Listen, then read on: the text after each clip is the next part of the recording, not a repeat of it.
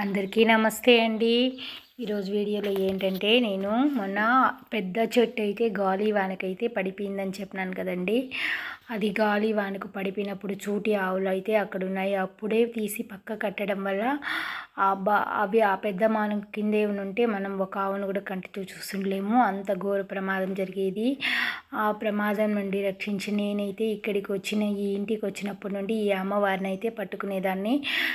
ఏ సమస్య వచ్చినా అమ్మ దగ్గర చెప్పుకొని ఆ తల్లికి పూజించుకునేదాన్ని. మాకు సంతోషం వచ్చినా కష్టం వచ్చినా ఈ తల్లికి చెప్పేది. దానికి ప్రతికృతజ్ఞతగా నా దగ్గర ఉన్న కర్పూరమైన వెలిగించేదాన్ని, పూల మాలన కట్టి వేసేదాన్ని. ఇలా కృతజ్ఞతాభావంతో ఈరోజైతే అమ్మవారికి మంగళవారం రాహుకాలంలో దీపం వెలిగించి పూల మాల అయితే ఇంటికి దగ్గరికి అయితే పూలు వచ్చాయి, తీసి మాల కట్టి అమ్మవారికి అయితే సమర్పించి ఆ గోమాతలు రక్షించినందుకు కృతజ్ఞతలుగా చెప్పి అయితే వచ్చినాను.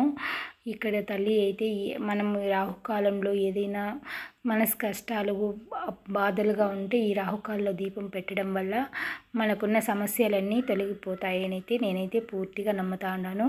ఈ విధంగా మనకు ఆమెకు కావాల్సింది లక్షలో కోట్లో కాదండి. ఒక చిన్న మాల, ఆ తల్లికి ఒక కర్పూర హారతి, ఒక దీపం వెలిగించిన ఆ తల్లి మనల్ని తప్పకుండా కరుణిస్తుంది. మనం అనుకున్నదైతే జరుగుతుంది. రాహుకాల దీపంలో మంగళవారం కానీ శుక్రవారం కానీ ఏదైనా అమ్మవారి దేవాలయాల్లో దీపం వెలిగించడం వల్ల మనకు ఆదాయం వచ్చే మార్గాలు అయితే ఖచ్చితంగా చూపిస్తాయి. ఇంట్లో కూడా కొంచెం ప్రశాంత వాతావరణం అయితే ఉంటుంది. అందుకనైతే నేను వీలున్నప్పుడు ఇలా అయితే చేసుకుంటూ ఉంటాను.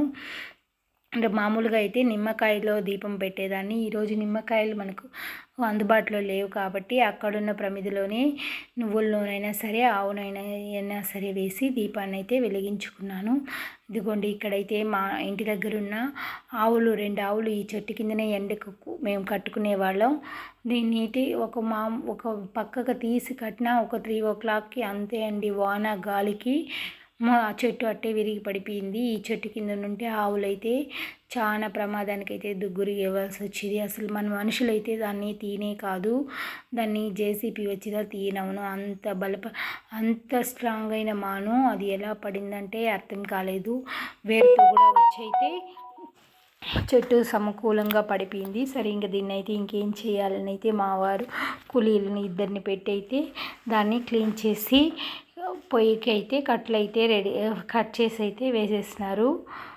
పొయ్యి కట్ చేసి వేసేసిన తర్వాత ఇంకా మాను మొత్తం క్లోజ్ చేసి కట్ చేసేసినారు. ఇంత పెద్ద ఆపద నుండి మమ్మల్ని అమ్మవారు రక్షించింది. అంతేకాదండి, ఫ్యామిలీలో ఏ చిన్న కష్టం వచ్చినా అది పెద్దదిగా దారి తీయకుండా చిన్నదిగా అయితే అమ్మవారు అయితే అనుక్షణం మమ్మల్ని కాపాడుతూ ఉంటుంది. నా పిల్లలు కూడా ఆ తల్లికి ఎప్పుడూ రుణపడి ఉంటారు, ఎప్పుడూ పూజ చేస్తూ ఉంటారు. ఇక్కడైతే కట్టెలు అయితే కొట్టి వేసేసినాము. దీనికి 2 కూలీలు అయితే పెట్టినాము. 3000 వరకు అయితే ఛార్జ్ అయ్యిందండి.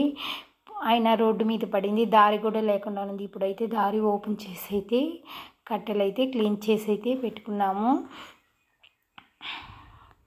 ఇప్పుడైతే ఆవులకు నీడలో కట్టేదానికి కూడా చోటు లేకుండా పూసింది.